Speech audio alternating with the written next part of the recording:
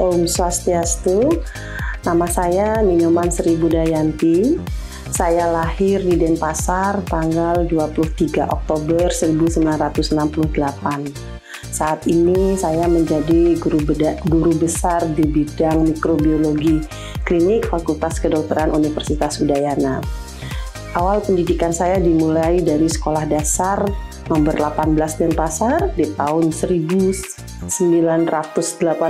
Saya tamat dari SD, kemudian melanjutkan ke SMP 1 dan selesai di tahun 1983. Saya masuk ke kedokteran setelah menyelesaikan SMA di SMA Negeri 1 tahun 1986 dan menyelesaikan pendidikan dokter umum pada tahun 1993.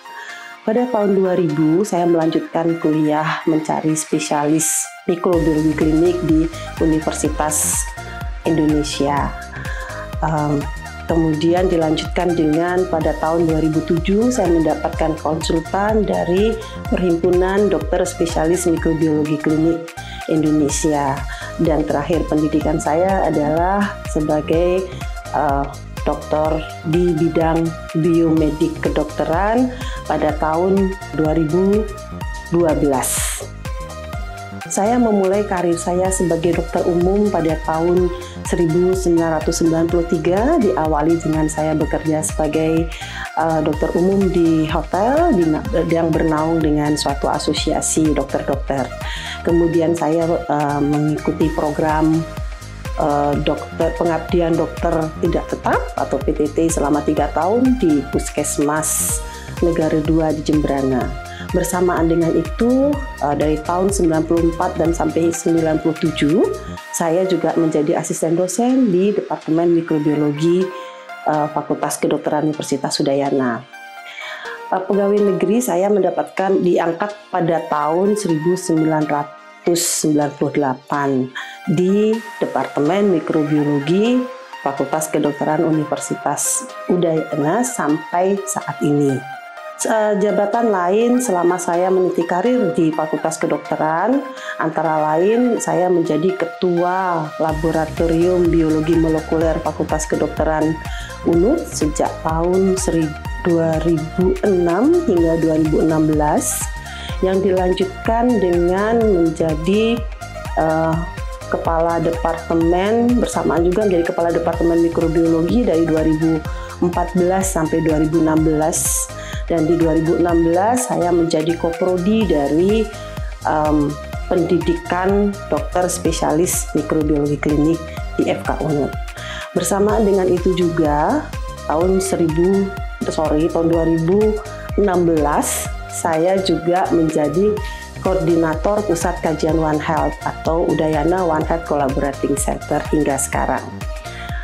Sejak setahun yang lalu saya mendapat penugasan untuk menjadi kepala instalasi lab terpadu pada Rumah Sakit Universitas Udayana.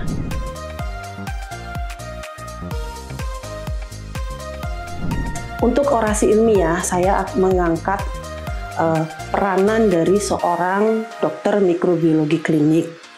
Seperti kita tahu bahwa kita mengalami pandemi, dan pandemi COVID yang sedang kita lalui karena kita belum selesai, itu salah satu termasuk dalam penyakit zoonosis.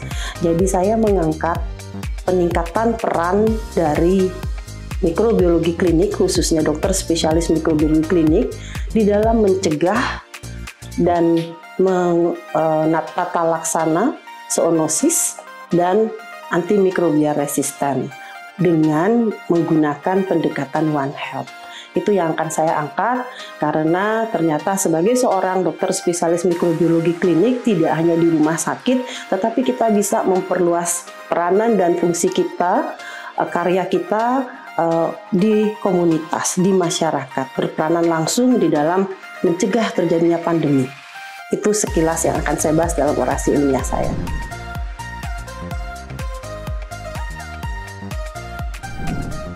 Manfaat dari orasi itu untuk mengingatkan kita, terutama sebagai seorang spesialis mikrobiologi klinik, kita sudah melihat efek dari pandemi. Saat ini kita belum selesai ya, pandemi COVID-19 belum selesai. Ada satu lagi pandemi yang kita sebut dengan silent pandemi. Dia bergerak dengan diam-diam tetapi sudah diramalkan akan datang, yaitu kita akan berhadapan dengan mikroorganisme khususnya bakteri yang resisten dengan banyak antibiotika. Sehingga di suatu saat tidak ada obat lagi untuk melawan atau mengobati penyakit infeksi.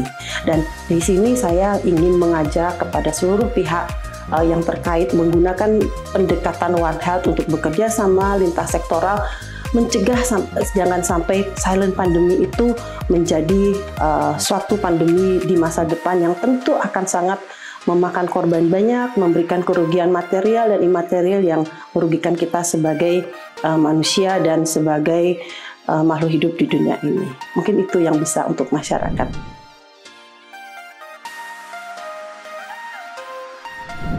Sebagai seorang guru besar, itu merupakan suatu jabatan tertinggi dari seorang guru. Dan saya rasa merupakan karir tertinggi dari seorang pendidik. Tentu tanggung jawab dan beban sebagai seorang guru besar itu berbeda. Bagi saya ini adalah awal dari pengabdian seutuhnya untuk universitas. Karena tentu beban akan berbeda, aktivitas kita untuk di dalam Tridharma perguruan tinggi juga diharapkan lebih aktif dan lebih menghasilkan karya-karya yang bisa membantu generasi muda atau dosen-dosen junior kita untuk mengacu atau membuat roadmap di dalam karir mereka, meniti karir mereka. Oke, demikian uraian singkat profil saya. Terima kasih. Om Santi Santi Santi.